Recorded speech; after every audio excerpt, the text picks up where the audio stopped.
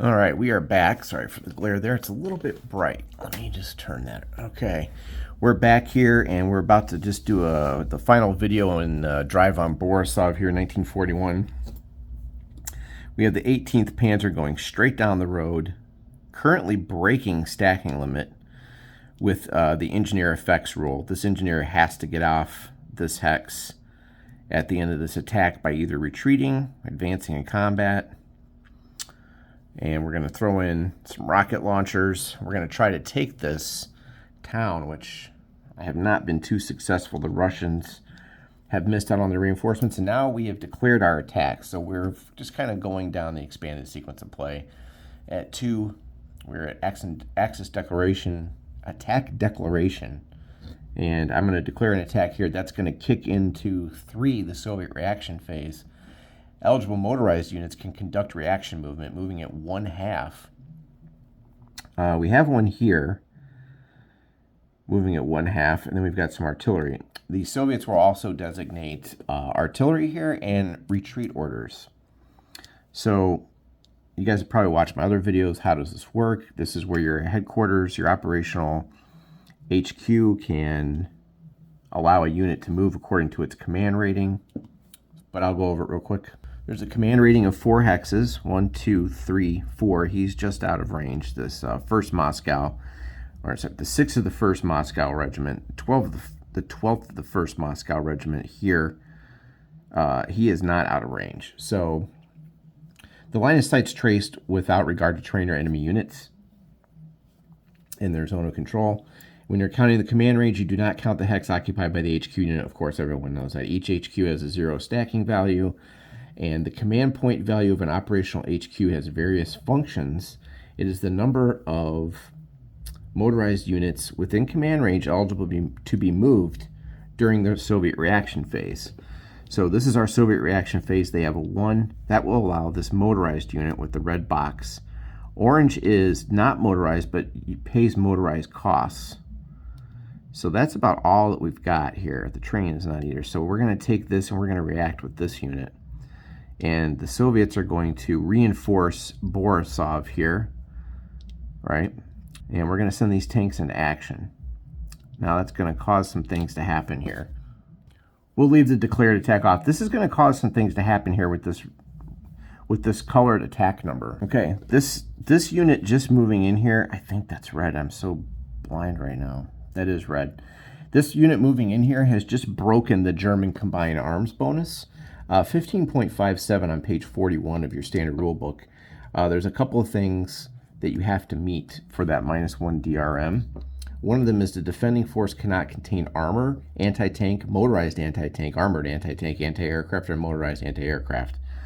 So this will stop combined arms. It won't stop the Panzer integrity bonus, but it will cause a problem for that combined arm. You can't go more than -3 on the DRMs.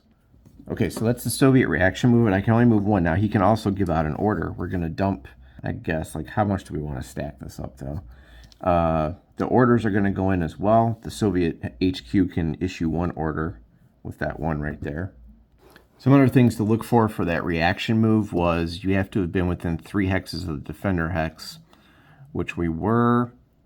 We were within command range, and also they don't pay the movement penalty. A reacting unit does not pay the movement penalty for moving into an enemy ZOC. Just a heads up on that. So he did have the movement, plus he was moving on the highway there. Can't issue an order this because we're out of orders here, 2030, and then we have the 6-1 up here, 1727, protecting that objective, which is basically a river crossing. And then we're also going to issue an order of no retreat. Now, normally the German player wouldn't know this, but we'll flip it over just to make it look real. It'll be no retreat to give us a DRM, so we'll throw that on there. So this stack's getting pretty big. All these guys are in this hex right here. I just want to be able to see it for integrity reasons. Oh, shoot, I almost broke a rule, too. I forgot that you don't get a combined arm bonus when you have a fortification in the hex, so I would have lost that anyway. So our DRMs for positive for the German are slowly shrinking. I'm down to just -1 right now, so This attack is not going to be as easy as I thought. So you can see we're failing to get that interdiction again early in the game, or in this turn. You see where that failure has caused a lot of trouble. It's allowed him to place that order. It allowed him to move the motorized unit in there. It's really freaking annoying, and that is a huge turning point. Now imagine if I had gotten reinforcements for the Soviets. It's just a huge melee. I hope I didn't break my stacking limits. I don't think I did too. Oh, it looks worse than it actually is, so we're not really close. Okay, the Soviets are going to declare this regiment right up here. This regiment artillery is going to support the combat also. He's got a range of 2, so he will be supporting. Okay, the red cube is going to match the red cube, just so we remember that. Okay. Getting closer to adding this up now. All right, it's getting a little bit crazy. That was the reaction phase, and now we're on the combat phase, and this is where we're going to allocate cast missions, and you're darn right I'm bringing the Stuka in. We're going to allocate the Stuka right into the combat, so we're going to have to take care of that real quick. So this is just a straight survival. Okay, there's no AA fire because no one's eligible in the hex or in these 6 surrounding hexes, so the Stuka is going to free and clear use his combat air support for a DRM, so that will help. Okay, so we got a lot of additions and subtractions to do here. Okay, and we're allocating the artillery support is going to be the rocket launchers here, and that is a hefty one too. So now we just got to add our numbers up.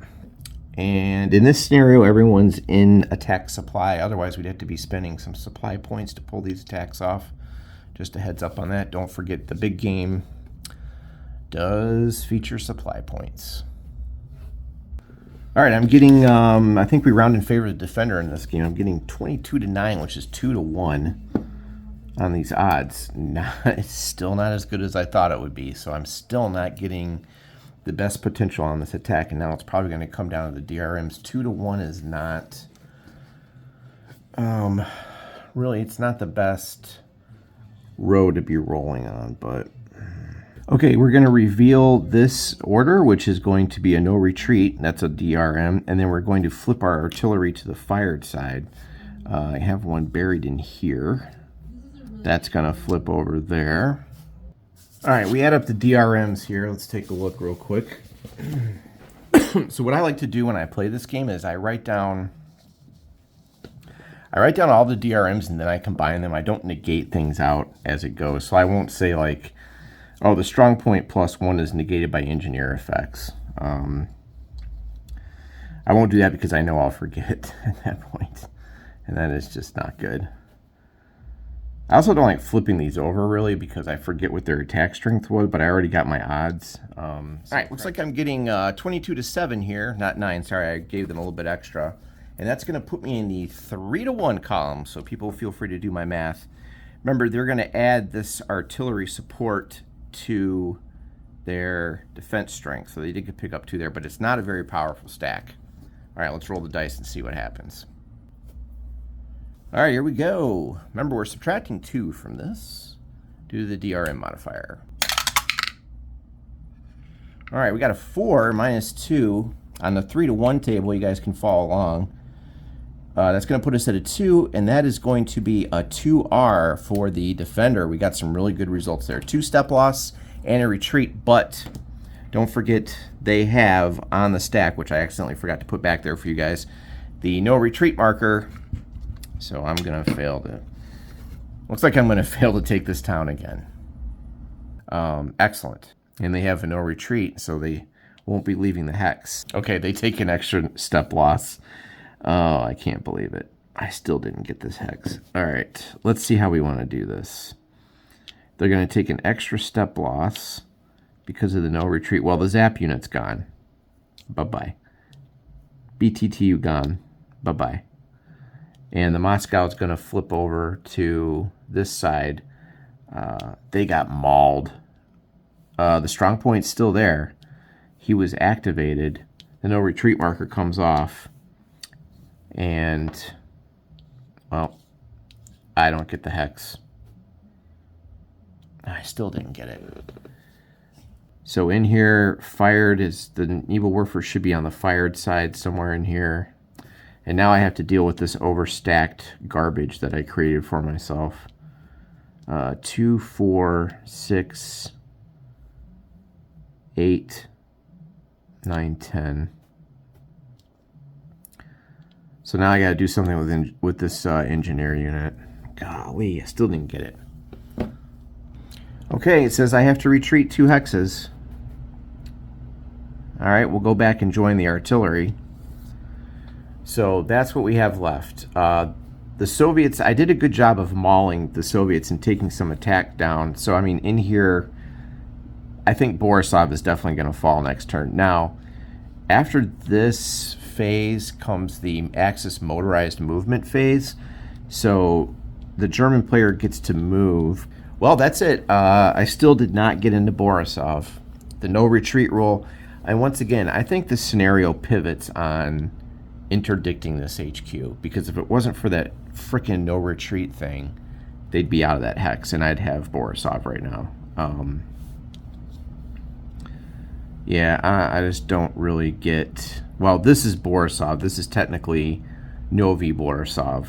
I don't know if you guys have got this game. Senator, a lot of you do. I think you've been watching. Give this little scenario a try solo. See if you can crack this. It's like Smolensk Barbarossa derailed for OCS. The starter scenario for that OCS one has a good half map scenario where you have to try to crack Smolensk using what you know with the OCS rules. And again, I think it comes down to this. I really think you need to knock this out. That's rough. All right, thanks for watching, and there will be some videos next week. Maybe I'm on call, so I'll be very busy. All right, thanks again.